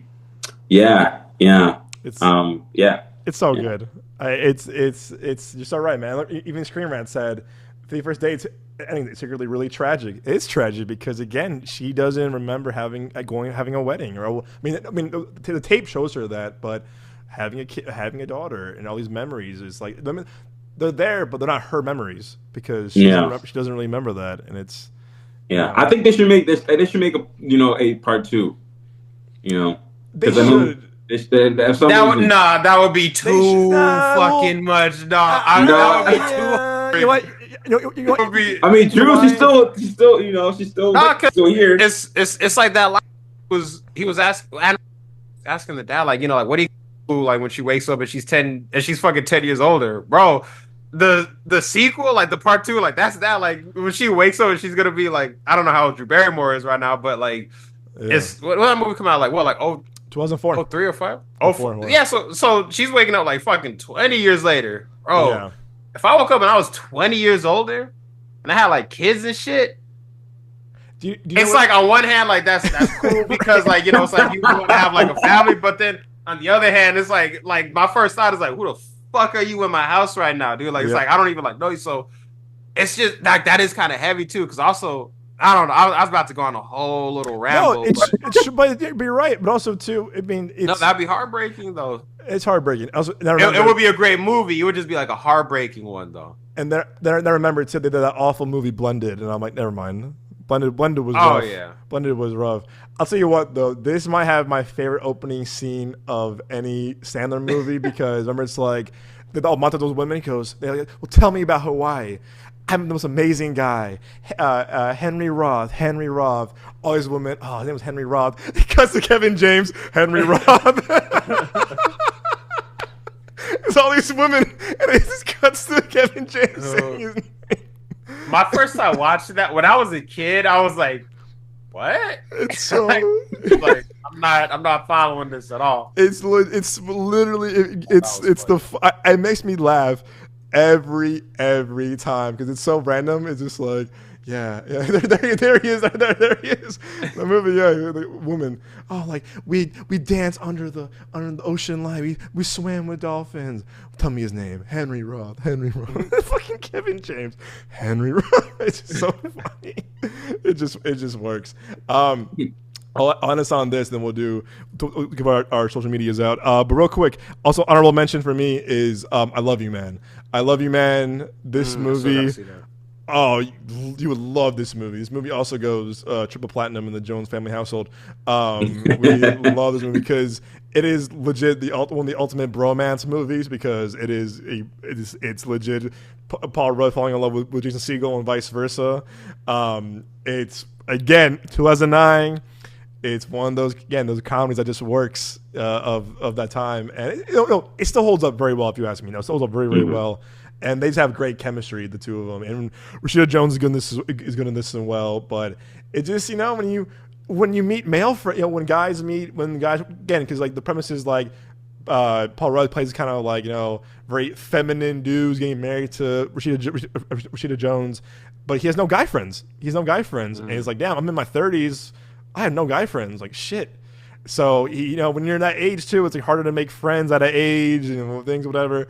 And it works, and it's really, really funny. A lot of funny cameos. But again, you watch it because of the chemistry between him and Segel, and it just works. And this is a movie that me and my dad quote to each other almost daily because we love this movie so much. And again, simple premise. Not a big budget movie. It's just two guys falling in love with each other, basically. in LA too. Shot in LA as well, and I'll check it out. It's funny. Yeah. Oh, you two would love this movie. It's really, really, really funny. A lot of funny cameos. Again, it's about bros being bros. You guys are trying to make friends. It's really good. Simple, relatable. Kind of like shit out of my league. A lot of funny jokes. It's really funny. But yeah, love that movie. But yeah, an honorable mention. All right, folks. Instead of doing our one-on-one, because we just gave you damn near 15 recommendations to watch for movies this week. We're going to cut this a little bit short, and we're going to give you where you can find us on social media on your end. But Nick, my friend, starting with you, where can our lovely audience find you at home on social media? You can find me right here at the Genre of Your Life podcast. You can find me on Instagram, AhmadJohnson98. Only reason this time you will find me in your hearts is because Valentine's Day is my first Valentine's Day. as a married man, so I will be too busy being in my wife's heart, and I'll leave it at that. Oh, that was going somewhere way different. I'm like, you know what? I was like, my family's probably gonna watch this. We will both be in each other's hearts. You know what I'm saying? Cue the Phil Collins, "You'll Be in My Heart" Tarzan song. You'll be. I'm not gonna sing it. My voice is a little rough today, but no, yeah, yeah. Here at the Genre Reveal Live Podcast, Ahmad Johnson 98 on Instagram and nowhere else this weekend. But after Valentine's Day, y'all can find me in your hearts again. Just this one, I need to reserve for my woman. All right, Moses. Yeah, you can find me at MosesLawi_ on Instagram. You can find me at my website as well. And you can find me here at the Genre Reveal Live Podcast. And you can find me here, right here in your heart. You know what's funny? I got nothing to follow up with that. I'm like, what's the clever way to follow up? But I'll just say you can find me here, of course, every week with these amazing guys who I'm just so honored to share this podcast space with and host the show with. You can find me, of course, at my personal Instagram at The Young Jones. You can find me on Twitter or X at Capri Sun, Capri_Sun, SON. If you like Crime 101, I'm happy for you. I'm jealous of you. But don't come at me too hard in the comment section, But I mean, rightfully so if you do. But just be kind to me this Valentine's Day weekend if you must, If you must. Or come undone, as the Wuthering Heights trailer is saying, whatever the fuck that means.